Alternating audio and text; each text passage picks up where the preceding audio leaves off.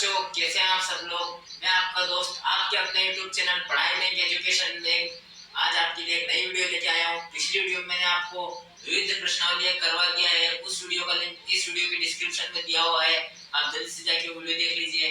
और अब हम पार्ट 8 करेंगे, जो आज की वीडियो में आपको एकदम क्लियर समझाऊंगा, सभी प्रश्नों के उत्तर करवाऊंगा बच्चों। तो चलिए वीडियो शुरू करते हैं। बच्चों पार्ट 8 कर रहे हैं अब हम। पहला प्रश्न है बच्चों, निम्नलिखित शब्दों के अर्थ शब्दकोश से खोजकर लिखिए। हमें शब्दों के अर्थ लिखने हैं बच्चों, इन शब्दों के अर्थ लिखने हैं, जैसे हमने अर्थ लिख रखे इन शब्दों के। चलिए बच्चों शुरू करते हैं। जैसे पहला दिया इसमें अधिष्ठात्री, अधिष्ठात्री का अर्थ है प्रमुख देवी। प्रौढ़ावस्था का अर्थ है 30 से लेकर 50 वर्ष तक की आयु। प्रभुत्व, प्रभुत्व का अर्थ है संपन्न, उज्ज्वल, प्रकाशमान, चमकीला। पुराणी संबंधी, विश्वस्त, विश्वास के योग्य। उल्लंघन, नियम के विरुद्ध कार्य करना। षड्यंत्र, साजिश। ऐतिहासिक का अर्थ है इतिहास संबंध। परास्त, हराना। बगावत, विद्रोह। मनसबदार, अधिकारी। चलिए बच्चों अगला करते हैं। प्रश्न नंबर 2 है, निम्नलिखित प्रश्नों के उत्तर दीजिए। प्रश्न नंबर पहला है इसका बच्चों, शिवाजी का जन्म कब और कहाँ हुआ था? तो इसका उत्तर है शिवाजी का जन्म सन 1627 महाराष्ट्र स्थित शिवनेरी दुर्ग में हुआ था। प्रश्न नंबर दूसरा है, शिवाजी को युद्ध कला की शिक्षा किसने दी थी? तो इसका उत्तर है शिवाजी को युद्ध कला की शिक्षा दादा कोंडदेव ने दी थी। प्रश्न नंबर तीसरा है, शिवाजी की माँ का क्या नाम था? तो इसका उत्तर है बच्चों शिवाजी की माँ का नाम जीजाबाई था। प्रश्न नंबर 4 है, शिवाजी ने किन युद्ध प्रणाली का उपयोग किया था? तो इसका उत्तर है शिवाजी ने छापामार युद्ध प्रणाली का उपयोग किया था। अब प्रश्न नंबर 3 पढ़ेंगे, निम्नलिखित प्रश्नों के उत्तर लिखिए। ये दीर्घ उत्तरी प्रश्न है बच्चों। तो इसका पहला प्रश्न है, महान वीरों की कहानियाँ सुनाकर माता ने शिवाजी में किन गुणों को विकसित किया? इसका उत्तर है महान वीरों की कहानियाँ सुनाकर माता ने शिवाजी में साहस, वीरता और देश प्रेम के गुणों को विकसित किया। अगला प्रश्न पढ़ेंगे बच्चों। प्रश्न नंबर 2 है, कोडाना दुर्ग का नाम सिंहगढ़ क्यों रखा गया? तो इसका उत्तर है बच्चों कोडाना युद्ध के दुर्ग में सिंह तानाजी मानसूरे वीरगति को प्राप्त हुए, इसलिए उनके नाम पर कोडाना दुर्ग के नाम को सिंहगढ़ रखा गया। प्रश्न नंबर तीसरा है, औरंगजेब के पहरे से शिवाजी कैसे बाहर निकले? तो इसका उत्तर है औरंगजेब के पहरे से शिवाजी मिठाई और फलों के टोकरों में छिपकर बाहर निकले। प्रश्न नंबर 4 है, किस घटना से शिवाजी के उज्ज्वल चरित्र का पता लगता है?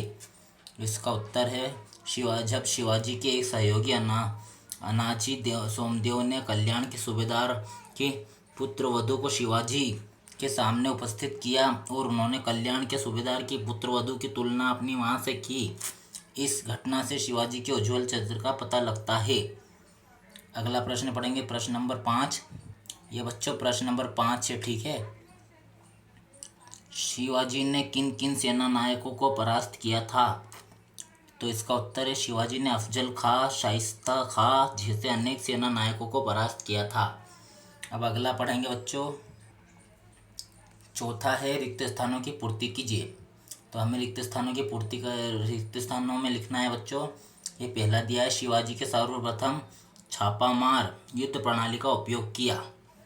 इस रिक्त स्थान में हमने छापामार लिखा, शिवाजी ने सर्वप्रथम छापामार युद्ध प्रणाली का उपयोग किया। ख वाला है, शिवाजी की तलवार का नाम भवानी था। तीसरा है, कोडाना दुर्ग की लड़ाई में तानाजी मानसूरे वीरगति को प्राप्त हुए। चौथा है, शिवाजी ने सूबेदार की पुत्रवधू की तुलना अपनी मां से की। पांचवा है बच्चों, राज्य अभिषेक के बाद उन्होंने छत्रपति की उपाधि धारण की। ठीक है बच्चों, हमने रिक्त स्थान का लिया। अब अगला पढ़ेंगे। पांचवा है, पाठ के आधार पर सही जोड़ी बनाइए। तो हमें भी इन सब की सही जोड़ी बनानी है बच्चों। चलिए करते हैं। माताजी का आएगा जीजाबाई। गुरुजी समर्थ रामदास जी, छत्रपति शिवाजी, पिताजी शाहजी भोसले, पुत्र संभाजी। ठीक है बच्चों, हमने सही जोड़ी कर लिया। आप अपनी नोटबुक में नोट कर लिएगा। अब अगला पढ़ते हैं, पढ़िए और समझिए। शिवाजी वीर योद्धा थे, उनकी वीरता से मुगल शासन घबराते थे जब वे बालक ही थे, किंतु उनका बचपन भी युद्ध की कहानियों को सुनते बीता था। तानाजी मानसूर्य और सोनदेव उनके मित्र थे और उनकी मित्रता अनूठी थी। ऊपर दिए गए रेखांकित शब्द वीरता, बालपन एवं मित्रता अपने पूर्व के शब्द वीर, बालक एवं मित्र शब्दों के भाव को व्यक्त करते हैं। यहाँ वीर, बालक एवं मित्र शब्दों के भाव को व्यक्त करते हैं। यहाँ वीर, बालक व मित्र शब्द जातिवाचक संज्ञा है तथा वीरता, बालपन व मित्रता शब्द भाववाचक संज्ञा है। भाववाचक संज्ञा। जिन शब्दों से व्यक्ति या वस्तु के गुण अथवा अवस्था का पता चलता है उसे भाववाचक संज्ञा कहते हैं। जातिवाचक संज्ञा से भाववाचक संज्ञा बनाने के लिए संज्ञा शब्द में प्रत्यय जोड़कर भाववाचक संज्ञा बनाई जाती है। जैसे उदाहरण दिया, जातिवाचक संज्ञा, भाववाचक संज्ञा। तो इसका जातिवाचक संज्ञा दिया है बूढ़ा, बुढ़ापा है बुढ़ापा, भाववाचक संज्ञा। पंडित, पंडिताई। मनुष्य, मनुष्यता। पशु, पशुता। लड़का, लड़कपन। ठीक है बच्चों, ये इधर संज्ञावाचक शब्द लिखे हैं, इधर भाववाचक शब्द लिख दिए इनके हमने। तो चलिए बच्चों अगला पढ़ते हैं। अब पढ़ेंगे बच्चों भाषा भारती, भाषा अध्ययन। भाषा अध्ययन। पहला दिया है निम्नलिखित जातिवाचक शब्दों से भाववाचक संज्ञा बनाइए। तो हमें जातिवाचक शब्दों से भाववाचक शब्द बनाने, जैसे अभी हमने पिछले क्वेश्चन में किया था बच्चों। जैसे लिखा जवान का जवानी, किसान का आएगा किसानी, मानव मानवता, गुरु गुरुता, भारतीय भारतीयता।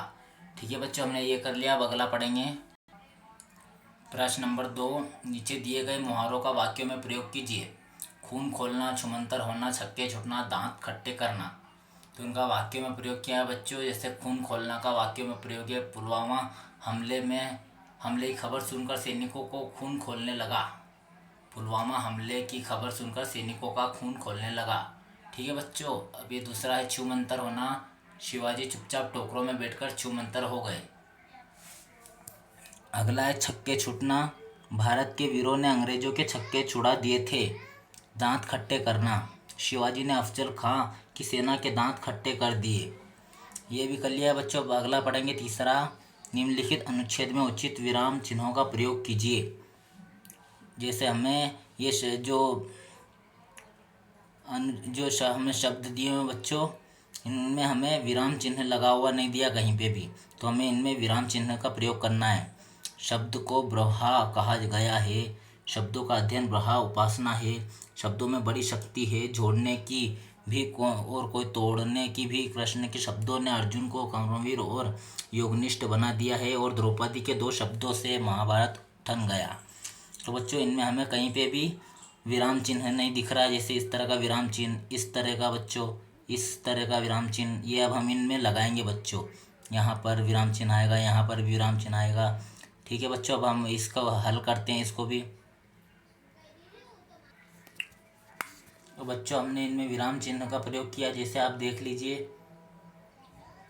ये यहाँ पे विराम चिन्ह लगा, शब्द के ऊपर ब्रहा के ऊपर विराम चिन्ह लगा, ह के आगे विराम चिन्ह है, यहाँ पर विराम चिन्ह लगाया हमने, यहाँ पर भी विराम चिन्ह लगाया, यहाँ पर भी।